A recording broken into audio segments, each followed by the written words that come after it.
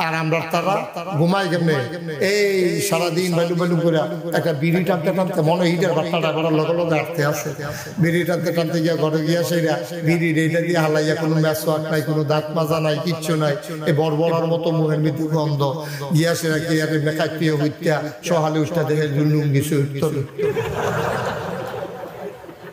KG school যদি ঘরে ঘরে হয় ব্যারেক স্কুল কি স্কুল ব্র্যাক স্কুল যদি ঘরে ঘরে হয় এটার কোনো সমস্যা নেই কেজি স্কুল হইলে সমস্যা নাই তারপরে গিয়া আপনার নৈশ শিক্ষা গণশিক্ষা কত জাতের শিক্ষা তারপরে বিভিন্ন এনজিও এইডি হইলে কোনো সমস্যা নাই মাদ্রাসা হইলে কিছু কিছু মানুষ দেখবেন আরে কিয়ামতের লক্ষণ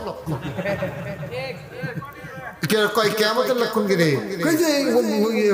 ঘন ঘন মাদ্রাসা এটা বলে কিয়ামতের লক্ষণ আগে ওই যে সোনারগাঁও মাদ্রাসা আছি ওই যে আড়াইবাড়ি মাদ্রাসা আছি সারছে না আর লেশিয়ার একটা মাদ্রাসা দিয়ে কত্তরি কত্রি রেখা তারপরে আবার বিড়ে ফাড়ায় ফাড়ায় ওই সিফা সাফা খেত বুড়ার তলে তারপরে কলা বুড়ার সিফা এত জায়গার মধ্যে এত মাদ্রাসা এই দুনিয়াটা থাকতো না রে কিয়ামতের লক্ষণ নাউজুবিল্লাহ বলেন না ঘন ঘন কেজি স্কুল হইলে ঘন ঘন ব্র্যাক স্কুল হইলে ঘন ঘন আপনার কিন্টার গার্ডেন হইলে এইদিক কোনো কিয়ামতের লক্ষণ না ঘন ঘন মাদ্রাসা হইলে কিয়ামতের লক্ষণ আমি বলেছি যে প্রতিটি মুসলমানের ঘর এক একটি মাদ্রাসা ঠিক কিনা বলো তো আপনি ফইলা কি করবেন কথা মনে আছে নি ফইলা কি করবেন ওযু করবেন ওয়াশরুমে গিয়া প্রস্রাব পায়খানা যে সাইডা দুই রাকাত ওযু করে দুই রাকাত নফল নামাজ পড়বেন ফইরা সূরা মুলক একটা সূরা আছে ছোট সূরা বেশি বড় না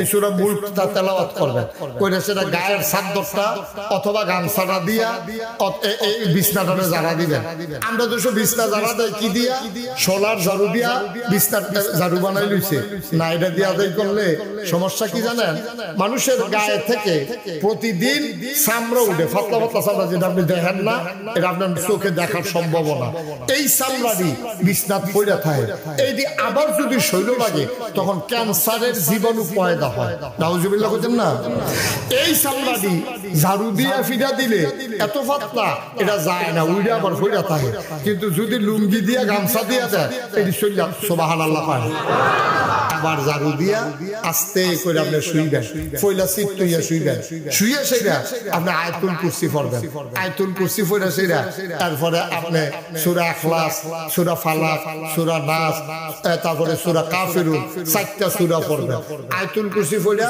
আত্রার ভিতরে ফু দিবেন ফু দিয়া সেটা এমনি গসা দিয়া পুরাটা শরীর জাত কোন লাখ ফান লাগ না পাইলে কোনো এই জায়গাটা আপত্তি নাই সারাটা শরীর করে মাথা সব মাসে হোক কইরা সেটা তারপর আপনি দোয়া করবেন আল্লাহুম্মা বিইসমিকা আমুতু ওয়া আহইয়া কইরা সেটা আপনি ঘুমাইবেন ঘুমের সময় ডাইন কেটে শুইয়া এই গাতে কাঁধের নিচে আঁকড়া দিয়া আপনি সুন্দর কইরা এই বিসমিল্লাহ করে শুইয়া এই দোয়া পড়া তারপর দুরূদ শরীফ পড়তে শুরু করেন সুবহানাল্লাহ পড়তে পড়তে পড়তে পড়তে আপনি ঘুমাই নেবেন আর নিয়ত করে হচ্ছেন আল্লাহ আসার নামাজটা পড়ে হুতলাম তুমি আমার ফজরটা পড়াইও আল্লাহর নবী কয় এই যে আশা পড়ে হুতলো আর উঠটা ফজর পড়ব নিয়ত করে ঘুমাইলো তোমরা না দেহতে ঘুমাই রইছে আমার আল্লাহ কয় তে নফল নামাজের ভিতরে খেতে রইছে আর আস্তে কোন সুবহানাল্লাহ ইজার টুকরা যুবকেরা পর্দার আড়ালের মা ও বোনেরা সবার প্রতি আমার আবারও আন্তরিক শ্রদ্ধা সালাম আসসালামু আলাইকুম ওয়া রাহমাতুল্লাহি ওয়া বারাকাতুহু জায়গাটা একটু ছোট হয়ে গেছে চতুর্পাশে এই বেড়াগুলো খুলে দেন তো গরম শীত তো নাই মোটামুটি গরমই আছে যেখান যে দিক দিয়ে জায়গা আছে ওই পার্শ্বের পর্দাগুলো উঠাই দেন আর আপনারা যারা আমাদের লোকজন আছেন একটু আগাইয়া বসে হুজুর একটু আগান যতটুকুন ফাঁকা জায়গা আছে যতটুকু সম্ভব একটু আগাইয়া বসে কারো সামনে ফাঁকা জায়গা রাখেন না হ্যাঁ আসো আসো আল্লাহ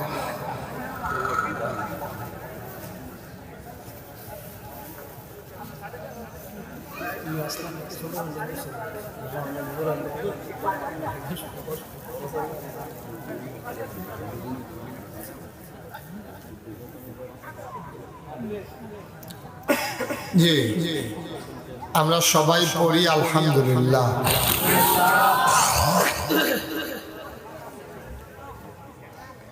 সম্মানিত দিনদার আশিকিন মুহিব্বিন, মাগরিবের পরের সময় বড় মুবারক সময়।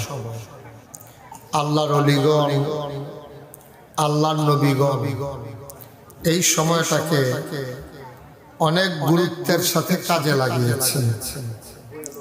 আমরাও এই সময়টাকে হেলায় ফেলায় নষ্ট না করে একটু গুরুত্বের সাথে কাজে লাগে। বিশেষ করে সবাই আয়াতুল কুরসি পড়েন একবার। বিসমিল্লাহ। আল্লাহ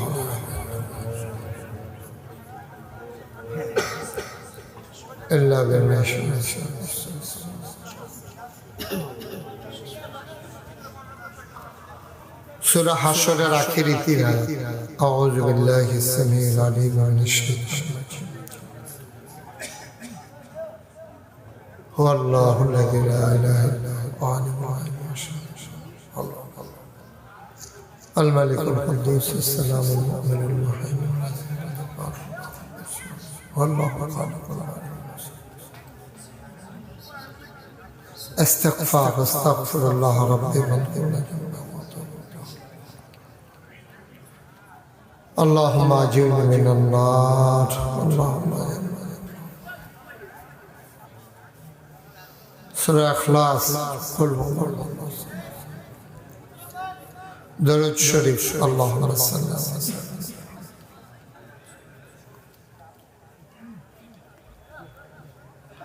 সবাই পড়েন আলহামদুলিল্লাহ। বন্ধুগণ, কোনোভাবেই আমরা হেলায় ফেলায় একটা সেকেন্ড সময় নষ্ট করতে চাই না।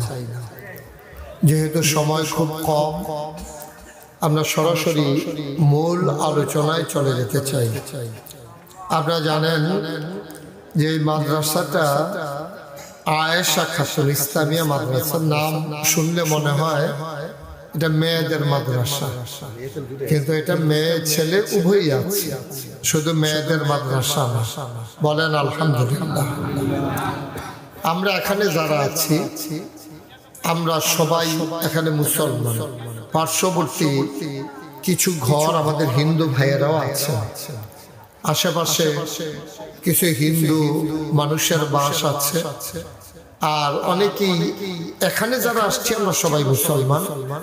হয়তো হিন্দু ভাইয়েরা অনেকে আশেপাশে আছেন, কথা শুনতেছেন, অনেকে আছেন আমার কিছু ভক্ত, মানে ওয়াজের ভক্ত আর কি, যে হিন্দুদের ভিতরে অনেক ওয়াজ আমার শুনেন। যেমন গতকালকে এক হিন্দু ভাই মসজিদে টাকাও পাঠাইছে, বলা দরকার নাই, আমি নিয়ত করছি মসজিদে যেই জায়গায় গাইলে ভালো হয়। উনি তার বুঝে না, মাসাল ওনার মতো উনি পাঠান, বলছে ওকে পাঠানোর সুবিধা নেই। তো এইরকম অনেক ইন্ডিয়াতেও যখন আমি যাই দেখছি যে মুসলমানের চাইতে প্যান্ডেলের ভিতরে হিন্দুর সংখ্যা বেশি, কারণ ওখানে হিন্দু জনবসতিও বেশি, হিন্দু আসেও বেশি মাহফিলে আমার কথা শোনার জন্য। তো আপনারা যারা হিন্দু ভাইয়েরা আছেন কোনো সংকোচ মনে করার দরকার নেই, আপনারা ইচ্ছে করলে আসতে পারবেন, আপনাদের জন্য কোনো বাধা নাই। কথা শুনবেন, আমাদের পাশেই বসতে পারেন। এক বাজারে আমরা বাজার করে খাই, একই মাঠে জমিন চাষ করে খাই, তারপরে মেয়া গাইলে হবলেই তো আমরা বিজি, তো সমস্যা নাই। সবাই মিলেমিশে আমরা একসাথে যেহেতু চলি, আমরা একসাথে ওয়াজও শুনতে পারবো। আল্লাহ যেন কবুল করে, সবাই পড়ি আমিন। আল্লাহ তাবারক ওয়া তাআলা এই দুনিয়াদেরকে যখন মানুষ পাঠালেন, আর মানুষদের কাছে যখন নবী এবং রাসূল আসলেন, নবী এবং রাসূলেরা খুব খেয়াল করে শুনেন, হ্যাঁ বিরক্ত করো না, কথা বলো না বাচ্চা, খুব খেয়াল করে শুনতে হবে। তো নবী রাসূল যখন আসলেন, ওনারা যখন দ্বীনের দাওয়াত দেওয়া শুরু করলেন, তখনই সমস্যাটা দেখা দেয়। সমস্যাটা কি? তখন মানুষ হয়ে যায় দুই ভাগ। কথা বলো না কেউ, এই ছেলে, মানুষ তখন দুই ভাগ হয়ে যায়। একদল হলো আল্লাহওয়ালা, আরেক দল হয়ে যায় শয়তান। একদল হয়ে যায় জান্নাতি, আরেক দল হয়ে যায় জাহান্নামী। একদল হয়ে যায় ফেরেশতার চাইতে উত্তম, আরেক দল হয়ে যায় জানোয়ারের চাইতে খারাপ। একদল জানে বুঝে মানে, আরেক দল জানেও না বুঝেও না মানেও না। এরপর আবার কিছু কিছু লোক আছে জানে এবং বুঝে কিন্তু মানে না। আল্লাহ যেন আমাদেরকে মাফ করে, সবাই কোন আমিন। এখানে যারা আমরা আছি এই প্যান্ডেলে, আমরা কি শয়তানওয়ালা না আল্লাহওয়ালা? সবাই বলেন জাহান্নামী না জান্নাতি? সবাই একটু আওয়াজ দিয়ে কথা বলেন। হ্যাঁ, কথা বললেন। আপনি কি সভাপতি? কথা বলা যাবে, এটা মেলের সভাপতি কথা কম যায় না, মাহফিলের সভাপতি কথা কম যায়, এটা নিয়ম আছে। তা আমরা কি জাহান্নামী না জান্নাতি? বলেন সবাই। তাহলে আমরা সবাই জান্নাতি, সুবহানাল্লাহ বলবেন না?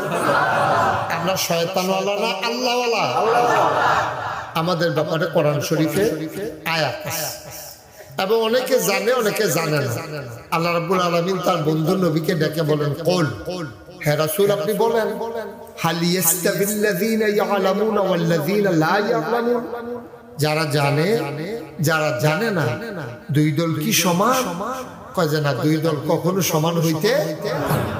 আপনি কুডি সমুহনি দাঁড়াই দিচ্ছে, আপনি ব্রাহ্মণবাড়িয়া যাবেন কিন্তু আপনি জানেন না ব্রাহ্মণবাড়িয়া কোন দিকে, আরেক বেলায় জানে ব্রাহ্মণবাড়িয়া কোন দিকে। দুইজন কি এক সমান? যেটা জানে না, এবার এমন আছে কুমিল্লার বাস চালাইতে পারে, এবারে গিয়া কোম্পানি জাগাইতে পারে বাস। আর যেটা জানে এবারে করবো না, এই যে দক্ষিণ দিকে যেটি যাইতে আছে এটি হলো কোম্পানিগঞ্জ ক্যান্টনমেন্ট কুমিল্লা, আর দক্ষিণ দিকে উত্তর দিকে যেটি যাইতে আছে এটি হলো ব্রাহ্মণবাড়িয়া। তাহলে জানার দরকার আছে নাকি নাই? ইসলাম আগে জানতে হবে, তারপরে বুঝতে হবে, তারপরে মানতে হবে। না জানা না বুঝা মাননের কোনো সুযোগ নেই। এই জন্য নবী যখন ১৫০০ বছর, খুব খেয়াল করে শুনে, নবী যখন ১৫০০ বছর আগে হেরা গুহায় ধ্যানমগ্ন, তিনি হেরা গুহায় ধ্যানমগ্ন, তিনি চিন্তা করতেছিলেন মানুষগুলোকে কেমন করে অন্ধকার থেকে আলোতে নিয়ে আসা যায়, গোমরাহি থেকে হেদায়েতে নিয়ে আসা যায়, কুফর থেকে কেমন করে ইসলামে নিয়ে আসা যায়। উনি বসে বসে চিন্তা করতেছেন। এমন সময় জিবরাইল আলাইহিস সালাম, আল্লাহর একজন বড় ফেরেশতা, উনি এসে বললেন, ও মুহাম্মদ, সবাই পড়েন সাল্লাল্লাহু, জোরে পড়েন সাল্লাল্লাহু। নবীর নাম শুনলে কি পড়তে হয়? দুই একবার না বারবার, দুই একদিন না প্রতিদিন, দুই এক সপ্তাহ না প্রতি সপ্তাহ, দুই এক মাস না 12 মাস, দুই এক বছর না সারা জীবন আমরা পড়ব সাল্লাল্লাহু আলাইহি ওয়াসাল্লাম। জিবরাইল আলাইহিস সালাম তিনি এসে ডেকে বললেন, ও মুহাম্মদ সাল্লাল্লাহু আলাইহি ওয়াসাল্লাম, আজকে থেকে আপনি মুহাম্মদ ইবনে আব্দুল্লাহ, এটা আপনার মূল পরিচয় না। মক্কায় এখনো সন্তানের পরিচয় হয় বাবার নাম মিলাইয়া, আমরা দেশে যদিও মিলাইয়া নাম রাখে না, কিন্তু আপনি যদি বলেন, আপনার কোনো মুরব্বী যদি দেখে জিজ্ঞেস করবে কি নাম, কয় মোহাম্মদ আব্দুর রহিম। কয় তোমার আব্বার নাম কি? কয় আমার আব্বার নাম আলমগীর হোসেন। কয় ও, তুমি আলমগীরের সন্তান আব্দুর রহিম। তখন চিনতে সহজ হয়, ঠিক কিনা? আপনারা কথা বলবেন না সবাই, ঠিক কিনা? মক্কায়, মদিনায়, মিডল ইস্টে, তারপরে আপনার মধ্যপ্রাচ্যে যত আরবি দেশ আছে অধিকাংশ দেশে বাবার নামের সাথে সন্তানের নাম মিলাইয়া এখনো আপনার আমাদের দেশে এটা প্রচলন অনেকটা চালু হয়েছে। এটা হওয়া উচিত, কিন্তু আমাদের দেশে বিয়ের পরে মহিলা লাগে নিজের জামাইয়ের নাম মিলাইয়া রাখে, নিজের স্বামীর নাম মিলাইয়া রাখা ঠিক না। কারণ স্বামী মনে করেন সংসার টিকছে না, ভাঙ্গা গেছে, তো নামটা আবার বদনাম রাখবো না, কাটাকাটি করা লাগবো না, কাগজের ভিতরে গেল তো দরকার কি? বিরক্ত করার কি? এখানে কথা বলে কে?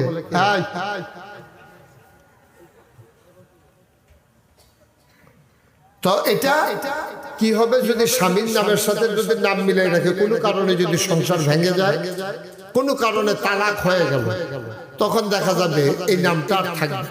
কিন্তু বাবার নাম এটা কিন্তু মৃত্যুর পূর্ব মুহূর্ত পর্যন্ত আর পরিবর্তন হয় না। সুবহানাল্লাহ বলবেন না?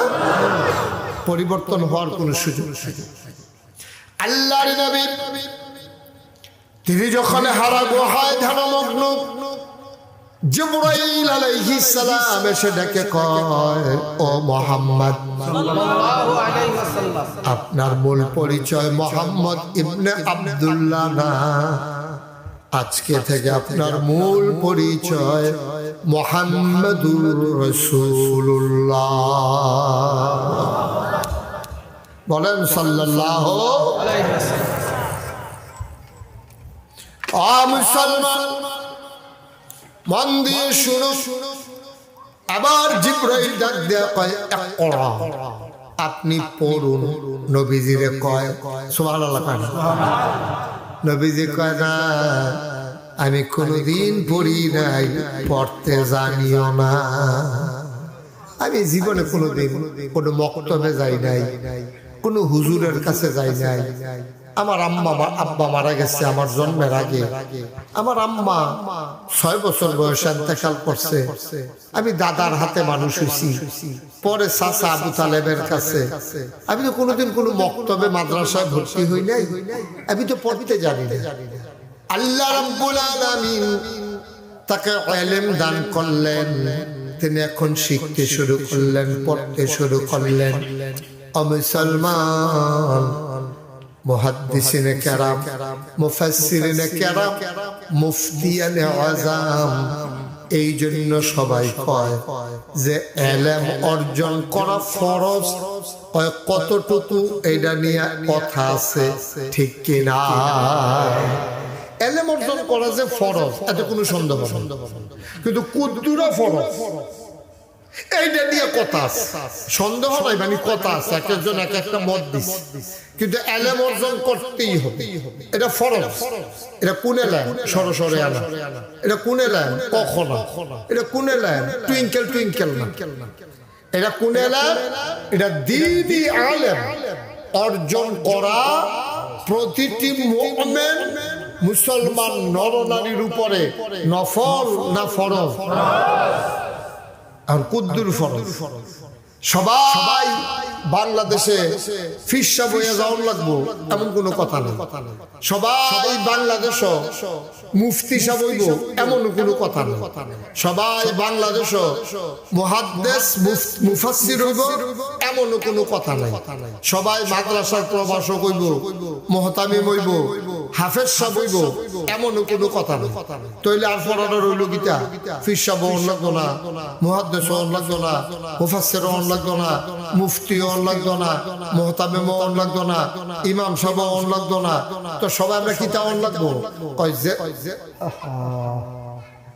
যে দূর ইলম অর্জন করলে, খুব খেয়াল করেছি কথা, যে দূর ইলম অর্জন করলে দ্বীনি জিন্দেগি করা যাবে, অর্থাৎ 5 ওয়াক্ত নামাজ পড়া যাবে, হজ করা যাবে, যাকাত দেওয়া যাবে, রোজা রাখা যাবে, ওযু ভঙ্গের কারণ, গোসলের ফরজ হওয়ার কারণ, গোসল ফরজ কেমনে ফরজ গোসল আদায় করণ লাগে, রোজা কিভাবে ভেঙে যায়, তায়াম্মুম কিভাবে করতে হয়, ওযু কেমনে করতে হয়, শুহু সেজদা কেমনে দেওয়ার লাগে, এরপরে অন্তত 5টা সূরা। কয়টা? কথা কয় না, কয়টা? অন্তত 5টা সূরা। কারণ 4 রাকাত সুন্নতে মুআক্কাদা নামাজে আপনার সূরা লাগে 4টা, আর সূরা ফাতিহা তো কমন লাগে। তো সূরা হইল কয়টা? তো 4 রাকাতের কিছু আপনার কোনো নামাজ নেই। কি আপনার আছে? আমরা সর্বোচ্চ হলো 4 রাকাত, সর্বনিম্ন কয় রাকাত? 2 রাকাত। তো 4 রাকাত নামাজ পড়তে গেলে 4টা সূরা আর সূরা ফাতিহা একটা 5টা এর দূরা লাগবে। আপনি যদি এর দূরা না পারেন তাহলে নামাজ পড়তে পারতেন না। আর আল্লাহর নবী কয়, মান তারাকা সালাতা মুতাআম্মাদান ফাকাদ কাফারা, যে ইচ্ছাকৃতভাবে মুসলমান হওয়ার পরে নামাজ ছেড়ে দেয় তার সে নিজে নিজে সাথে সাথে সে কাফের হয়ে যায়। এটা কি এতগুলো লোক আপনার নাউজুবিল্লাহ কইলে এই আওয়াজ হয়? এটা হুজুর নাউজুবিল্লাহ কয়, আমি কি তো আমরা এটার ভিতরে তো পড়ি রইছি, কিন্তু নাউজুবিল্লাহ কই কি বিপদ পড়ি? নাউজুবিল্লাহ কর জুড়ে, যেটা যখন বলি আওয়াজ করে বলি, বলেন সুবহানাল্লাহ। আরে আর জোর নাই, বলেন সুবহানাল্লাহ, বলেন আলহামদুলিল্লাহ, আল্লাহু আকবার। সবাই কোন আমিন। আমার মায়েরা বোনেরাও শুনে, এই যে এখনো মাদ্রাসা দিছে, অনেকে দেখবেন এইরকম মন্তব্য করব, উত্তর দিয়া, এটা উত্তর না, উত্তর দিয়া কোনো বাড়ি ঘর নাই, দহিন দিয়া কোনাটা তো হিন্দু বাড়ি, তারপরে গিয়া ও কত মাদ্রাসা, তারপরে আবার এই মাদ্রাসাটা কি দরকার, এইটা অনেক মুরব্বীরা বুঝছেও না বুঝছেও চাষটলে বইয়া বইয়া আড্ডা মারে নাকি মারে না, এইরকম কথা কয় নাকি কয় না।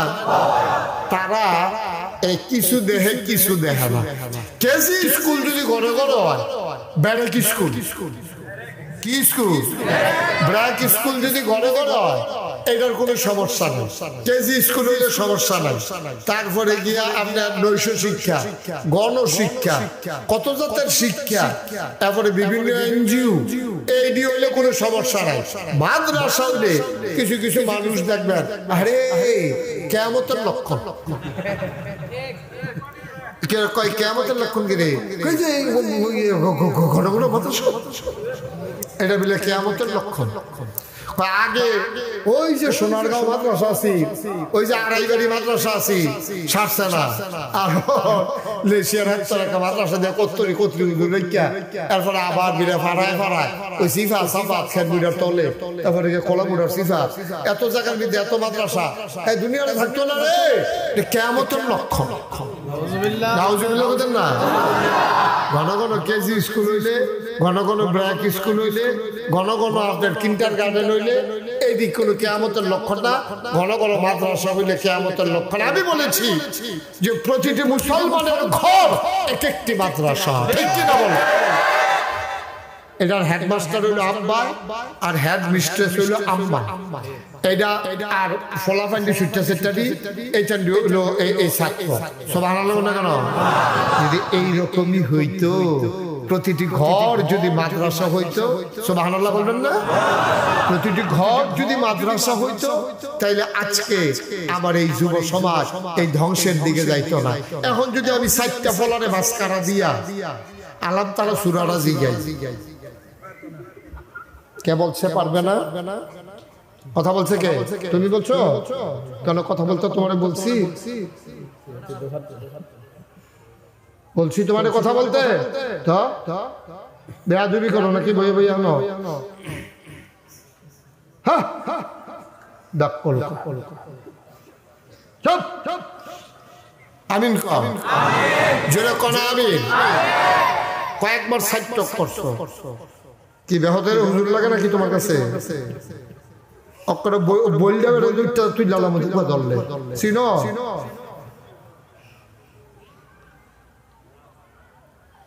শয়তানি করতে করতে বাইলা বাইসলামি করতে করতে এখন মাহফিলে বেড়াইয়া ইয়া মনে করছে খারাপ কি বাজার তো কত একটু নাকি বাজার বাজার লাগে নাকি এটা তোমার কাছে? চুপ করে বসে থাকো, আমিন কর। এতগুলো মুরব্বীর সামনে একটা কথা, কত বড় সাহস, চিন্তা কর। আমিন কর, জুড়ে কর, আরো জুড়ে, খুব শব্দ, খুব শব্দ, সব শেষ করে ফেলছো তো, সব শেষ। ভদ্রতা, সভ্যতা, আদব, কায়দা সব বিদায় হয়ে গেছে। আল্লাহ দেখে আমরা এখনো বাঁচাই রাখছি, বাঁচার কথা না। ধ্বংসের সব লক্ষণ আমাদের মাঝে স্পষ্ট হয়ে গেছে। ধ্বংস, ধ্বংস, একবারে ধ্বংস, জাতি শেষ হয়ে গেছে। কয়টা ফলাফল এই যে সমাজের মধ্যে ফলাফল আছে, মুসলমানের ফুতায় 7 বছর বয়সে নামাজ শুরু করতে হবে, 9 বছর বয়স যদি সে নামাজ না পড়ে তাকে শাসন করতে হবে, পিটাইতে হবে। এরপরে যদি নামাজ না পড়ে তাকে মা বাবার দায়িত্ব হলো তাকে সংসার থেকে বের করে দেওয়া। আপনি কি চারটিখানি কথা মনে করছেন? তামাশা। আপনি মনে করছেন আপনি নামাজ পড়েন, জিফুত ছাইরা দিয়ে বইয়া দিচ্ছেন, নামাজ পড়লে পড়ে না পড়লে না, এত সোজা মনে করছেন দুনিয়াটা? কিয়ামতের ময়দানে এই আব্বা আম্মা নামাজি মানুষগুলা আটকাই যাবে, সন্তানকে কেন নামাজি বানাইল না। এত সোজা মনে করেন যে মাদ্রাসাতে লইয়া মজা মারতে আছেন, সায়েস্টলে যেই কথাটা কইতাম লইস্তা, সায়েস্টলে বইয়া বইয়া কি দরকার লাগছে এত মাদ্রাসার, কি দরকার লাগছে এত মক্তবের, শুরু হয়েছে গীতা, আবার মিলে মহিলা মাদ্রাসা বানাবে। এইরকম কথাবার্তা গুলো চলতেছে। আল্লাহ যেন মাফ করে সবাই কোন আমিন। তো দ্বীনি ইলম অর্জন করা এটা নফল না ফরজ? ফরজ। কুদ্দুরা জেদ্দুরা অর্জন করলে আপনার নামাজ, রোজা, হজ, যাকাত ও ওযু, গোসল, হালাল হারাম আপনি সিংহা চলতে পারবেন, এর দূরে মানে আপনার উপরে ফরজ। এখন 5টা সূরা যারা এখনো পারেন না, মনে করেন বয়স হয়েছে এখনো পারেন না, এবার কোন আপনি কি অবস্থায় আছেন? আপনি তো ঠিকই নামাজ পড়েন, সমাজিলা নামাজ পড়েন, হগলে যান, আপনি না যান কেমনে? এই শুক্রবারে খেয়ে যায়, কিছু বুঝেনও না, পড়েনও না, আন্তাজ করে কইরা এই কতক্ষণ দাঁড়াই থেকে আন্তাজ করে কতক্ষণ বেহাওন, কতক্ষণ সুজন, রুকুর তসবিহ জানেন না, দোয়ায়ে কুনুত পারেন না, আত্মায়াতু পারেন না, এমন মানুষের সংখ্যা খুবই কম, খুবই বেশি। কতই না ভালো হইতো যদি আরো আগে, আরো ঘন ঘন মক্তবের মাধ্যমে প্রতিটি মুসলমানের সন্তান সবার আগে এই দ্বীন শিক্ষা যদি পাইতো, কতই না ভালো হইতো। সুবহানাল্লাহ বলবেন না? কতই না ভালো। সব সব এই ফয়লা দিয়া কিছু মক্তব্য আছে, এরপরে কেজি স্কুলে মক্তব্য করে চিরতরে বন্ধ। এই যে ইমাম সাহেবরা সকালবেলা মক্তব চালাইতো, সকালবেলা মক্তব চালাইতো, কিন্তু দেখা গেছে কি সকালবেলা মক্তব গুলা বন্ধ হয়ে গেছে। ওই কেজি স্কুল দিয়ালা ছুটে ছুটে পড়েন। ওই যারা বেশি আগ্রহ আছে তারা কি তা করে আলগা হুজুর রাখিয়া এরপরে পড়ায়, কিন্তু ওই যে সকালবেলা শীতের সকালে বক্তব্যের সামনে দাঁড় করাইয়া হুজুরে জিগের দিয়ে জিগেতো গোসলের কয় ফরজ, সকলে জিগের দিয়ে আমরা কইতাম 3 ফরজ 3 ফরজ, সুবহানাল্লাহ কইতেন না? দিন সব শেষ হয়ে গেছে। আজকে এই ধ্বংসের এটাই কারণ নামাজ পড়ে না, রোজা পড়ে না, গোসল ফরজ হয় কিভাবে ফরজ গোসল আদায় করা লাগে, রোজা ভঙ্গের কারণ কি? এই যে এতগুলো লোক এখানে আসছে, মনে কষ্ট নিয়েন না, এখানে এখনো অনেক লোক আছে মাগরিবের নামাজ আজকে পড়ে না। তো যে লোকটা মাগরিবের নামাজ পড়ছে না, এবারে আশার নামাজ পড়বো, আপনি এই আশা করতে আছে? মাগরিবে পড়ছে না আর আসার পর শুনছাম যে ভাই যে বোকা কিন্তু মাহফিল হইনা গেছে, তো সারছে ভাইও খুব চিন্তা। কদ্দুর মাঝে মাঝে চিন্তা করে আমাদের একটা আইডেন্টিটি আছে, আমাদের একটা পরিচয় আছে। এই ফলাফল দিই এটা যে এমন না যে রাস্তাঘাটও যেমন আমাদের এমনি চলতে আছে, জন্ম হয়েছে, বিষয়টা এমন না। তারা মুসলমান মা বাবার ঘরে জন্ম হয়েছে, আমাদের একজন আল্লাহ আছে, আমাদের কাবলা কাবা আছে, আমাদের নবী মুহাম্মদ রাসূলুল্লাহ সাল্লাল্লাহু আলাইহি ওয়াসাল্লাম আছে, আমাদের কোরআন কিতাব আছে, আমাদের দ্বীন ইসলাম আছে। তারপরে আমাদের এত ধ্বংস কারণ আজকে ফিলিস্তিনের মুসলমানের বাচ্চাগুলা 7 বছর 8 বছর 7 বছর 8 বছর 9 বছর 7 বছরের ফলা ইহুদির এই বন্দুকের সামনে খেলুইয়া ফাত্তর লইয়া দিলাম, বাচ্চা 7 বছরের বাচ্চা, বুঝেন ইমান কারে হয়, সুবহানাল্লাহ বলবেন না? বাচ্চা মারা যায়, মা বলতেছে হ্যাঁ আমার জীবন সার্থক, আমি ফুট জন্ম দিছিলাম এই কাফেরের বিরুদ্ধে যুদ্ধ করে মারা যাওয়ার জন্য, আল্লাহ আমার জন্ম সার্থক করছে, সুবহানাল্লাহ বলবেন না? আর আমরা মনে করি কি ওই ফুট জন্ম দিছি তে বড় হইব, তারপরে তারে বিদেশ পাঠাম, সাইড বিরাজ চারটে ঘর তোলাম, তারপরে বিয়া শাদী করাম, বিয়া শাদী করাইয়া যদি তারপরে মরতে পারে এবারে কয় আল্লাহ করলে ভাইয়াও বিয়ে দিয়ে সারছি, ফলাও বিয়ে করে সারছি, ফলা প্যান্টে ঘর তুললে ওখান মরলেও আমার আর কোনো চিন্তা নেই, তাহলে এবার সব গুছিয়ে দিয়েছে তো। একবার চিন্তা করে না আমার ফুতে নামাজ পড়েনি, একবার চিন্তা করে না আমার ফুতে রোজা রাখেনি, একবার চিন্তা করে না আমার ফুতে কোরআন শরীফ পড়তে পারেনি, একবার চিন্তা করে না আমার ফুতে 5টা সূরা পারেনি।